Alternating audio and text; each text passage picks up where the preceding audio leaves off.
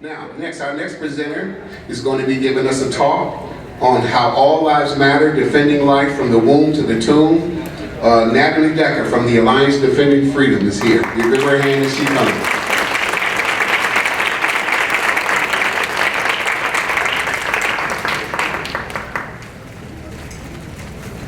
Good afternoon. Excellent. Thank you so much for having me. It is a real honor to be here with you today. Thank you, Dr. Wallace, for inviting me. A little bit about my background. I've been an attorney since 1997. I was a prosecutor actually for many years, handling cases, sexual assault, human trafficking, murder cases, and so on. So I guess you could say that for my entire career, I have been defending lives. I am honored to work now at Alliance Defending Freedom. We are an international alliance-building legal organization. We advocate for the right of people to freely live out their faith. Excuse me. How many of you have heard of Alliance Defending Freedom and some of the work that we do? Wonderful, thank you. Thank you, it's a team effort for sure. So Alliance Defending Freedom was launched in 1994 by a number of prominent Christian leaders, including men such as Bill Bright, Dr. James Kennedy, D. James Kennedy, Dr. James Dobson, and others. And essentially, it was a strategic effort to gain back legal ground that we were losing in courtrooms across the country simply because no one was showing up to stand against the attacks that were being launched against religious liberty, religious freedom. Today, we're honored to stand at the forefront of legal battles involving religious freedom, freedom of conscience, sanctity of life, marriage and the family. We're doing that here in courtrooms across the United States as well as around the world. We also provide training to attorneys. I was one of the attorneys that was initially trained to do pro bono work on behalf of the body of Christ. We now have trained over 2,200 attorneys. So we are honored to stand with Americans and those across the world who are being attacked for standing up for their faith and for standing up for Jesus Christ. We have a number of victories. We've had a number of victories even at the United States Supreme Court even this year. And all of the glory and honor for those victories go to God, of course. However, the fight is far from over. What I was asked to talk to you about here this afternoon is a little bit about kind of an overview of what's going on in the life arena, basically from womb to tomb. And there's a whole lot that goes on, of course, in between. I have a very little amount of time, so I'm going to have to speak fairly quickly about some of these things, but I wanted to give you a highlight of some of the things that are going on that you should be aware of and some of the work that we're doing. So fasten your seatbelts and we'll move forward. So if I can have the first slide. So as far as what is going on at the national level right now, I think it's fair to say that the biggest issue that we're dealing with right now is a result of these undercover Planned Parenthood videos. How many of you, and I'm sorry I can't see because of the lights very well, but how many of you all have actually watched those undercover videos? Okay, if your hand isn't raised, I really encourage you. They are awful, they are very gruesome, but you need to watch those videos and you need to encourage every person, every adult that you know to watch those videos. I have to say, I think this is really, in my view, the first real view that we have inside the abortion giant. It's surprising to me how many even of our fellow believers really don't know a lot about what Planned Parenthood is. They don't know why they should be concerned about Planned Parenthood. Well, we know why they should be concerned, don't we? I think the best way to learn about an organization is to listen to them, look at the materials that they are producing and the work that they do. You can tell a whole lot about Planned Parenthood by looking at their materials and what it is that they're doing. So if you look at Planned Parenthood's annual report, the last report released was 2013-2014. That one organization in this country and all their affiliates performed 327,653 abortions. Folks, that's almost 1/3 of the abortions that were done in this country. One organization is doing that. $528 million of our taxpayer money is flowing to them each year. How many of you that work in ministries or in pregnancy resource centers could use an extra $500 million a year? Could you do some pretty good things with that? Absolutely. Well, I want my money going to folks like you. We should not one more taxpayer dollar should be going to organizations like Planned Parenthood. It is time for that to stop. But why do I think these videos are so important? Again, because I also have a master's degree in communication, and I can tell you one thing. There is no way you could describe in words what is happening on those videos. It just does not do it justice. There's nothing like actually seeing what is happening with your own eyes and your own ears. And frankly, he probably wouldn't be believed if he had just said, hey, I had this conversation with these folks at Planned Parenthood. Everybody would think it was spin, right? So there's simply no replacement for actually seeing what's happening. And by the way, Cecile Richards and her garbage that she's peddling about these doctor videos, give me a break. That is just simply a lie. These videos actually show the conversations and the words that these people themselves spoke. And you know, somebody this morning said Planned Parenthood's freaking out because they don't know what's coming out next. Well, I think they're freaking out because they do know what's coming next. There are going to be a lot more of these videos that are coming out. And so I think in some instances, maybe even for the first time, there are eyes that have been opened and ears that are listening. And we need to take advantage of that. You know, it's funny because I think Planned Parenthood has no one to thank for themselves, that they are destroying the image that they have worked so hard to create. They are destroying the euphemisms that they themselves created. This business that they're caring and compassionate, that they are the defenders of women's health, that they care about women's health. That is simply not true, and we have actual first-hand evidence as a result of those videos. In those videos, they're talking about using, quote, a less crunchy technique in order to harvest more organs and make themselves more money. They're talking about crushing babies, again, to make more money for themselves. And what they like to refer to as products of conception. Oh, that's right. They're talking about livers. They're talking about the hearts of babies, about the brains of babies. One of the videos that was just released, the video yesterday, that I was able to see once I arrived here, they actually talk about it as the doctor herself says, oh, it's a baby. And somebody on the video says, oh, another boy. Are you kidding? What is wrong with these people that they think that it's okay? You have something terribly wrong with your heart, and we obviously know what it is. If you can see and do those things and not recognize how wrong and how evil that is. So, and that, the other thing is, of course, what's being reflected on these videos, I think, is illegal. We have some of the most permissive abortion laws in the world, but it is still illegal in this country to harvest and sell baby parts and baby organs.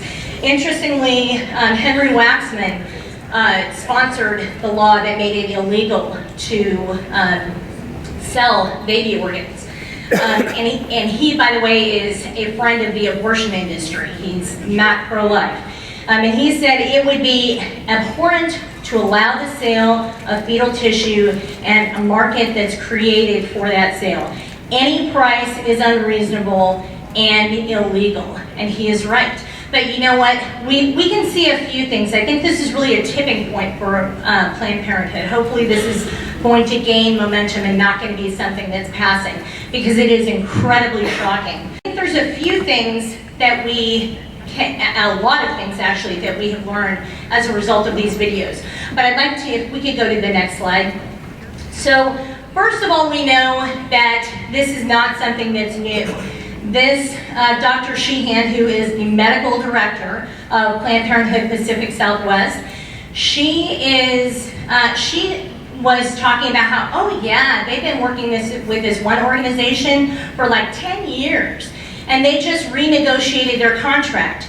Now, federal law does currently allow for them to recoup their costs, but costs are costs. You don't renegotiate your costs.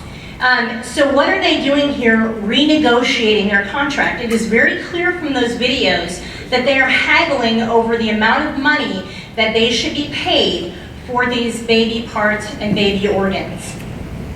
Next slide, please. This is also, these are high-level executives that are involved. These are not some rogue, low-level employees. These are the highest-ranking people in Planned Parenthood Federation of America. Here, the lady who is haggling and wants to, she comments how she wants to get a Lamborghini. That is the president of the Medical Directors Council for the entire organization. Next slide, please. Deb Nicotola, she's the senior director. This is the woman who was seen swilling her wine and chewing her salad while she was negotiating. She oversees all of the abortion practices of the Planned Parenthood affiliates and performs abortions herself through 24 weeks. You have the next slide. This is important because what I said to you about being unlawful, these people don't care. They have an absolute disregard for what the law is. This woman is, and again, this is all on tape, you can hear it for yourself in her own words. She's talking about what the law is, and well, laws are subject to interpretation. So as long as I say on day one that I don't intend to do something, what I actually end up doing really doesn't matter. Okay, so the prosecutor in me is thinking, right, okay, so you say I don't intend to kill someone. Then you plan it out, but you said you didn't intend to do that. You go ahead and do it. I mean, this is utter nonsense, folks. And they're doing these things on purpose, and they have so far not been held accountable. Now is the time for them to be held accountable. Next slide. And this is not limited to one place. I, by the way, live in Colorado.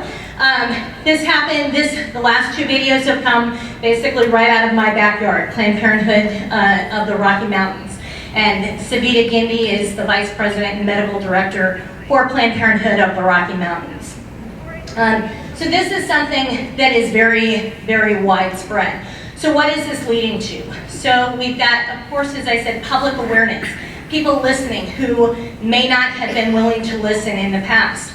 The investigations. I anticipate there will be more civil and criminal investigations. I don't think the Department of Justice will likely do their job, but we know that various state attorney generals are opening investigations. And that is so important because organizations like Planned Parenthood, even though they get $500 million of taxpayer funds each year, they're not subject to the open records laws and so on. So there really is no oversight of them.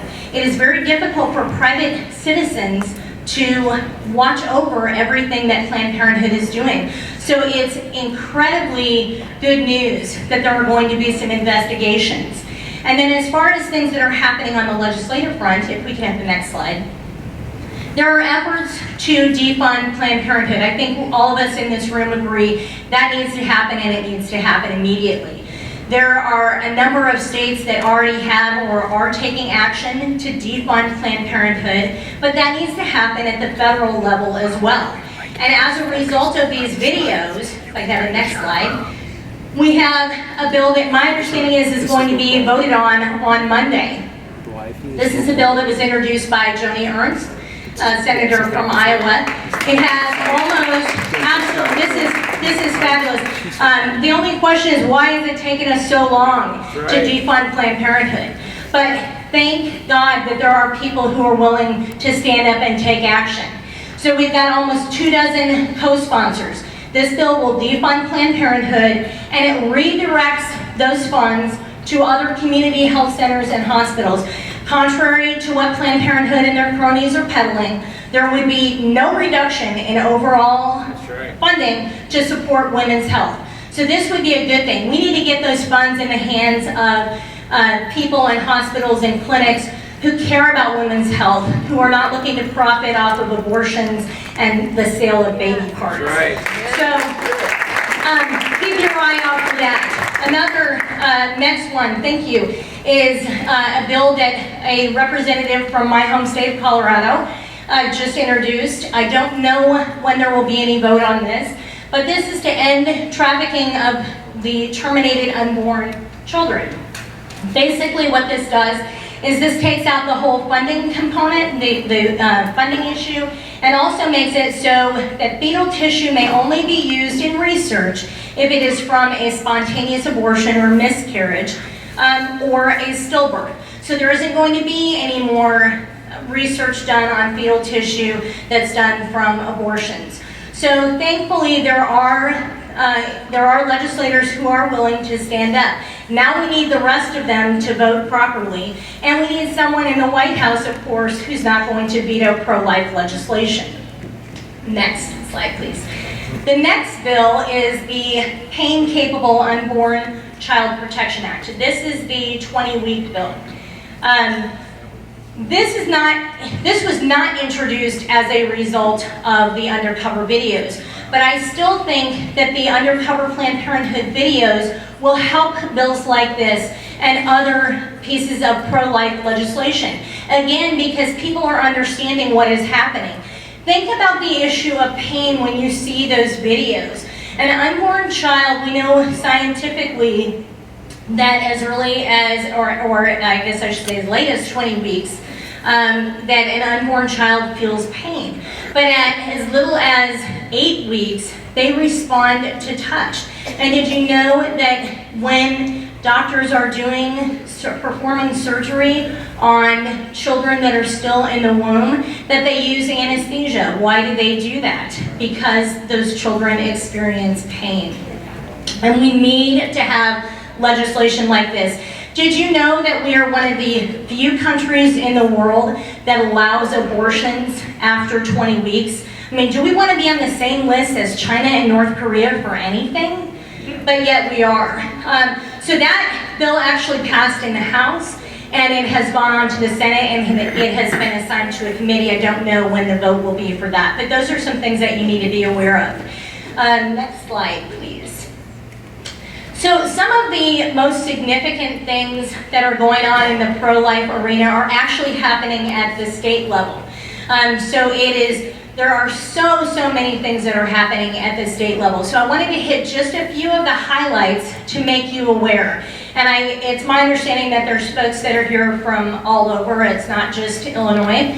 But some of the legislative efforts that are going on are admitting privileges bills. These are bills that require that doctors who are performing abortions have admitting privileges at a hospital nearby, so that if there are complications, if the woman suffers from some kind of health complications, which we know they do from abortions, that a doctor will be able to admit that woman in a hospital nearby and provide the care and treatment that she needs, and not just dump them off on the emergency room physicians who don't even have the history, they don't have the medical records, and so on. Regardless of what your position is on abortion, shouldn't women receive proper medical care and treatment? That seems to me to be a basic common sense principle. Same thing with requiring abortion facilities to meet the same requirements as ambulatory surgical centers. Again, shouldn't abortionists and their facilities have to meet the same health and safety standard as everybody else does? Sex selection abortion bans. There are a number of states that have implemented or are trying to implement bans so that babies can't be aborted because of their sex or because of their race. Again, while abortion is always wrong, it's astounding to think that there are people who believe that it's okay to abort a baby simply because she is a girl. Born alive infants. Legislation to require that babies who survive abortions be given proper medical care and treatment. Again, isn't this common sense? Ultrasounds and informed consent bills. It's unbelievable to me that Planned Parenthood and NARAL and their cronies come out. They turn out in full force whenever these bills come out in the state legislatures. And they talk all about choice and defending choice. Well, in order to make an informed choice, don't women need to have access to complete information? It's not a choice if there's only one option. They want to protect the choice to have an abortion, but they don't want to protect our choice to have our children and to give life to those children regardless of what the circumstances are. The pain-capable bill, those are state levels of the bill that I just mentioned that's pending at the national level. And then these parental notice and judicial bypass. Again, our friends at Planned Parenthood and NARAL all out against parental involvement. Gee, why do you think that is? Isn't it amazing that our children you have to sign all kinds, I have 3 children, anytime they go on a field trip or do anything, I have to sign permission slips for sunscreen to be applied and for Tylenol to be given and everything else, but they want to be able to give my children birth control and abortions without my knowledge or involvement. That is outrageous. And thankfully there are state legislators around the country who are standing up for this, who are standing up for children and their parents, because parents know best how to treat their children and what is best for their care and their upbringing. So those are just a few of the legislative efforts that are going on. It's funny, as I was kind of putting together this presentation, it was really striking to me, my goodness, there is a lot that is going on around the country. If we can have the next slide. Another area is, and this is of particular interest to me as a former prosecutor, and sadly it happens a lot, are these failures to report the sexual abuse of minors. It is absolutely abhorrent that these Planned Parenthood doctors and other abortionists, it's not just limited to Planned Parenthood, but they are performing abortions on minors and not reporting the sexual abuse like they're supposed to, in order to make sure, number one, that parents know what is going on, and number two, that law enforcement is able to investigate and hold those people accountable who are abusing those children. But over and over again, and it's all over the country, I listed just a few examples up here, we're seeing abortionists who are failing to report. They're interested in doing the abortion, getting paid, and getting out of there. They don't care about women and children and their treatment. They care about their bottom line. And now, more than ever, is that abundantly clear. I want to tell you real quick about one example. Just this week, I filed, on behalf of Colorado Family Action, a complaint with the medical board in the state of Colorado. I want to tell you about what happened to this little girl. 13-year-old girl was brought into Planned Parenthood pregnant. How many of you think that's a red flag? That there's a problem with a 13-year-old child who is brought in and she is pregnant. She's brought into the facility by a man with a different last name. They go through to the paperwork. Well, it turns out that she was brought to the facility by this man who was her stepfather. Well, guess what? He'd been abusing that little girl since she was 6 years old, and she became pregnant. Now, Colorado, we have almost no laws, unfortunately, in the state of Colorado on abortion, but we do have 2 laws that should have come into play and that should have protected that girl. We have a parental notice requirement. Note that I said parental notice, not consent. but parents have to be notified at least 48 hours in advance. We also have a mandatory reporting. They are mandatory reporters, healthcare providers, nurses, doctors, and so on. And guess what? Nobody asked any questions. Nobody gave notice to that girl's parents. They did the abortion, gave her a form of birth control that she wasn't comfortable with because, of course, he wants her to have birth control. They send that little girl out the door, home with this man who continues to abuse her for months until her mother finds out and then puts a stop to it. So those are the kinds of things that are happening, and people need to be aware of that. By the way, if you ever hear of a circumstance like that, please contact us at Alliance Defending Freedom. We would love to help those children and hold people accountable. So this week, we did not represent the girl in the civil lawsuit. A lawsuit was filed, oh, and by the way, was settled by Planned Parenthood because of course they knew they were caught engaging in wrongdoing. But we filed a complaint against the abortionist and one of the nurses who were involved, and we're asking the medical board and the nursing board to hold those people accountable. It is absolutely, that is what is right. And you know what I think is amazing to me? Why did we have to file a complaint? How come that wasn't already done? Why? And thankfully the stepfather is sitting in prison in the state of Colorado now. Those people need to be held accountable, because what is so sad to me as a mother about that case in particular is, had somebody done their job that day, had somebody followed the law that day, that little girl would have been saved from that continued abuse. But that didn't happen because they care more about their bottom line and about money than they care about women and children. And it's these kinds of cases that make it so scary that Planned Parenthood is marching through the doors of our public schools across this country.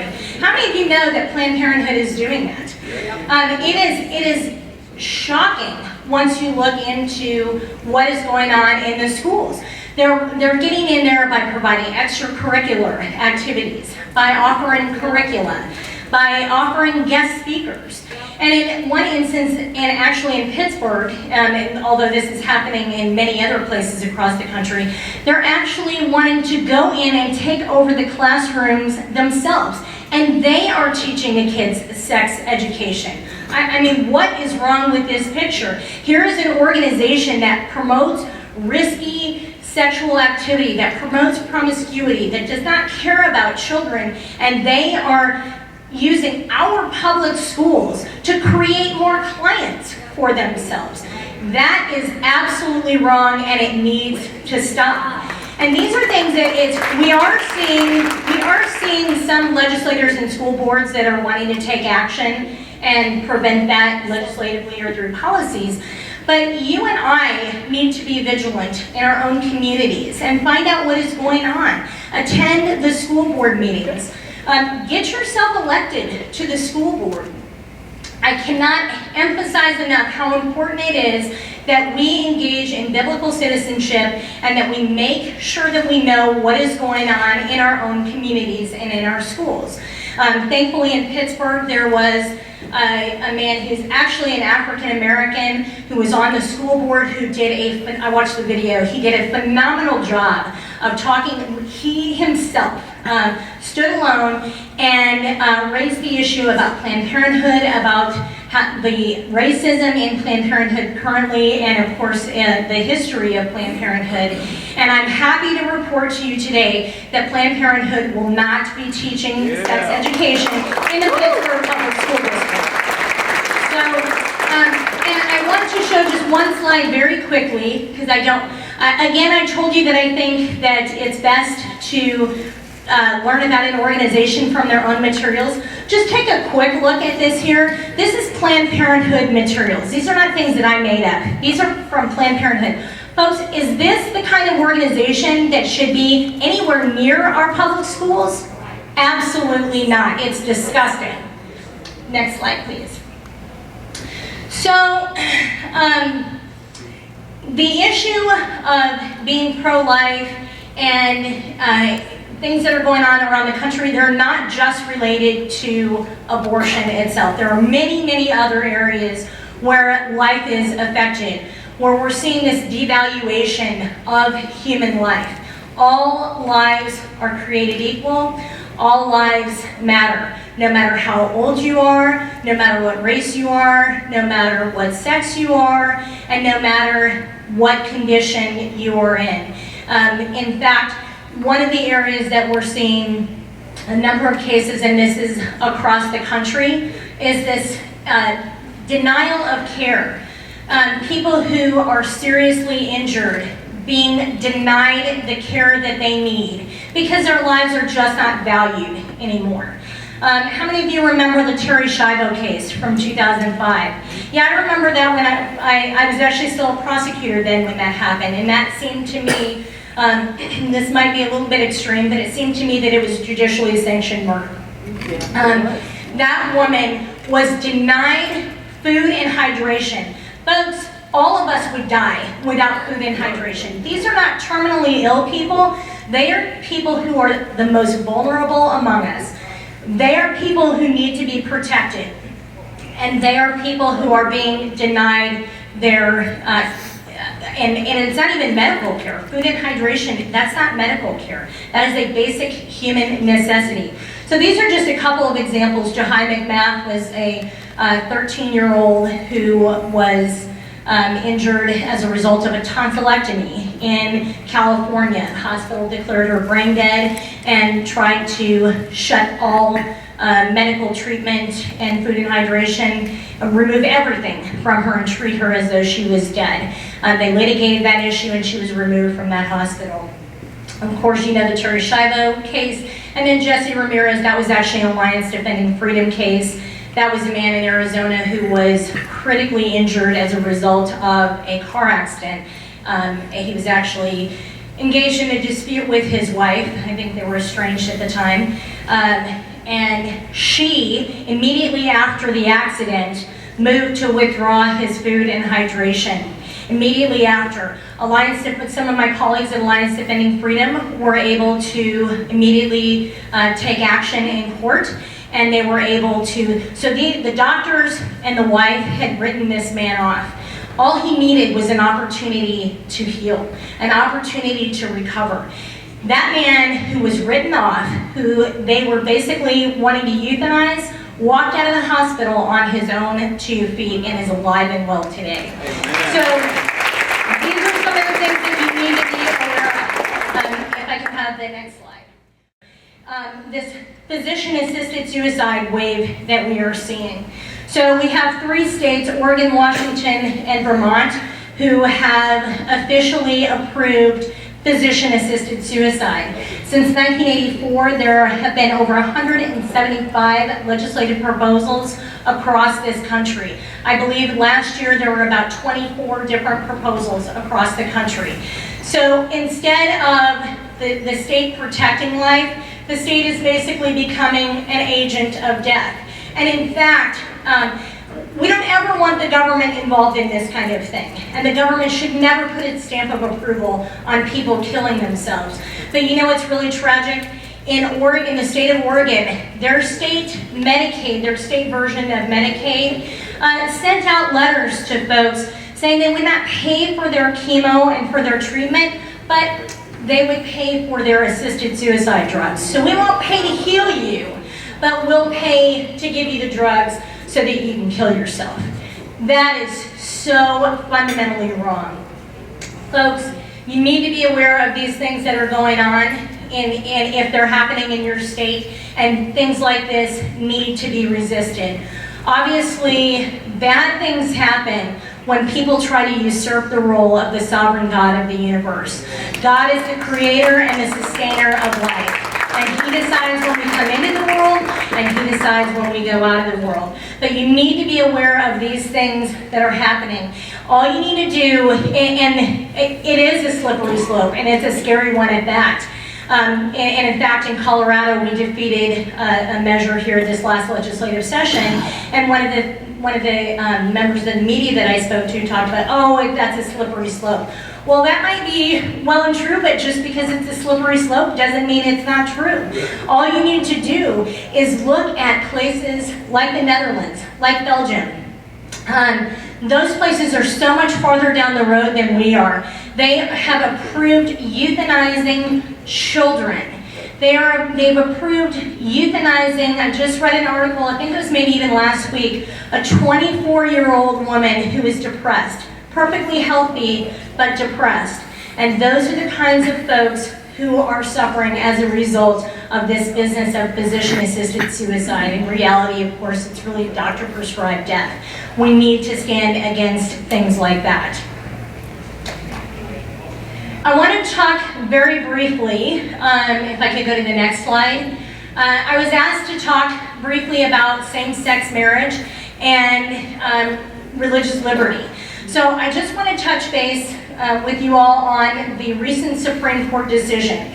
And I would submit to you that while, of course, that is very discouraging to see the opinion of the United States Supreme Court, the highest court in the land, redefining marriage. We all know God defined marriage. 5 lawyers on the United States Supreme Court cannot redefine what God created and God defined. And while it might, some people are getting increasingly upset, we cannot simply throw up our hands in frustration or turn our backs on the culture. Now is the time for us to engage. In this particular opinion, Justice Kennedy wrote it, which, by the way, isn't this amazing? So in, I think it was 1987, that Ronald Reagan nominated Robert Bork to the United States Supreme Court, a constitutionalist, well-respected. And the Democrats and Senator Kennedy in particular absolutely went after him. He was not confirmed to receive a seat on the United States Supreme Court, and we ended up with Anthony Kennedy.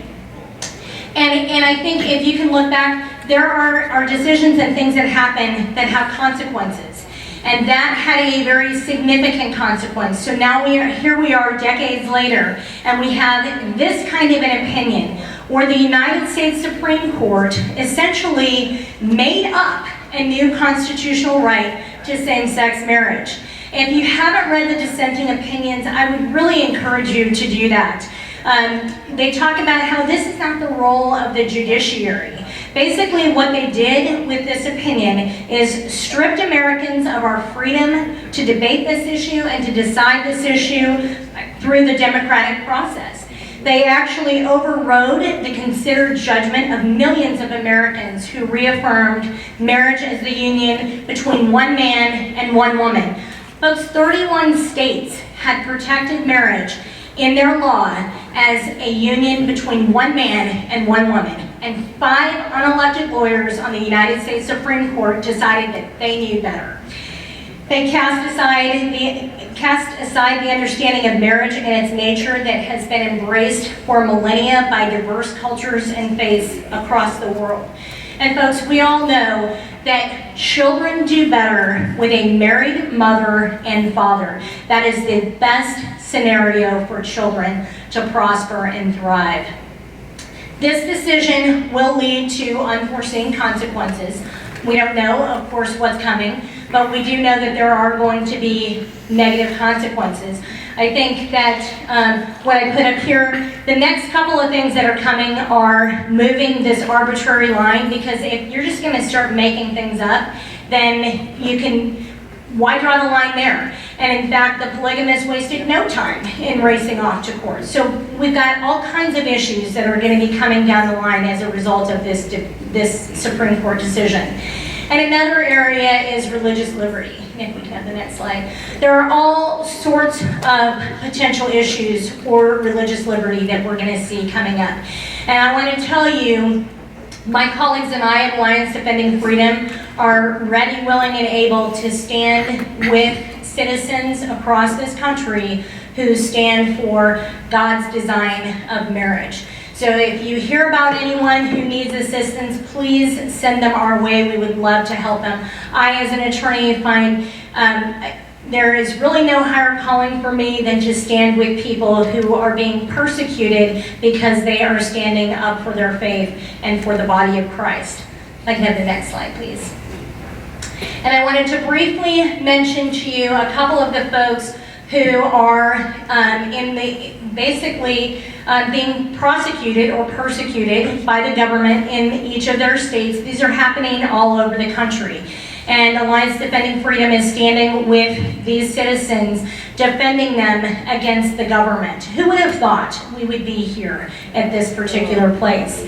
We have Jack Phillips, who lives right near me, his business in Lakewood, Colorado. He declined to make a wedding cake for a same-sex couple, and he is being prosecuted. It started out in front of the Colorado Civil Rights Commission, and I'll talk about that in just a second. We have Aaron and Melissa Klein. These are the folks in Oregon, fined $135,000 for not making a wedding cake for a same-sex couple and sticking to their values and belief and honoring God's definition of marriage. And then Baronel Stutzman in Washington, the florist who declined to participate in a same-sex wedding cake. I would also like to reiterate what we said in the last meeting about Jack Phillips. Freedom of religion and religion has been used to justify all kinds of discrimination throughout history, whether it be slavery, whether it be the Holocaust. I mean, we can list hundreds of situations where religion has been used to justify discrimination. And to me, it is one of the most despicable pieces of rhetoric that people can use, to use their religion to help others. I mean, she actually said this. These are the kinds of things that we're dealing with. So that leads me to what can you do? And I'm about out of time, so I just want to run through and give you a few thoughts on things that you can do. First of all, get yourselves appointed to boards like this. We need believers to be appointed to boards like this. These people are making, the folks that I showed you, their lives, their homes, their very liberty is at stake. In Colorado, at the time that Jack Phillips was charged, if you will, under the anti-discrimination statute, that was actually a crime. He could have been criminally prosecuted and jailed as a result of standing up for his convictions and for his faith. So we need you to get appointed to these kinds of positions. The first thing that I would, let me backtrack just a second, is pray. Do not underestimate the power of prayer. We need to be praying for these people. We need to be praying for our government, for elected officials, for the attorneys and people who are standing with these people. It is so incredibly important that we get on our knees and pray about these things. So that should not be our last resort. I would submit to you that should be the first thing that we're doing. And if I can have the next slide, please. I like to tell people, armor up. The Bible tells us to put on the full armor of God so that you can take your stand against the devil's scheme. For our struggle is not against flesh and blood, but against the rulers, against authorities, against the powers of this dark world, and against the spiritual forces of evil. And that truly is what we are dealing with. We need to armor up. Now is the time. Like I said, it's not to throw up our hands in despair. It's not to get frustrated. Now is the time for action. So get yourselves involved. Get informed. God uniquely places, He gives us each talents and abilities and experiences that are unlike anybody else. Use those talents, abilities, and experiences to help further the kingdom, to help defend against some of these things. He also places us in a unique position as far as our sphere of influence. So reach out to those people. Get yourself educated and then educate the people who are around you. I hope that at least some of the examples that I gave you today are things that maybe you didn't know about, because I can tell you, I think I'm a fairly well-informed person, but before I was doing this kind of work, I knew about a lot of bad things that happened, but I didn't really know about all of these things that were going on. We have to let people know about what is going on. Speak up. Let your legislators hear your voices.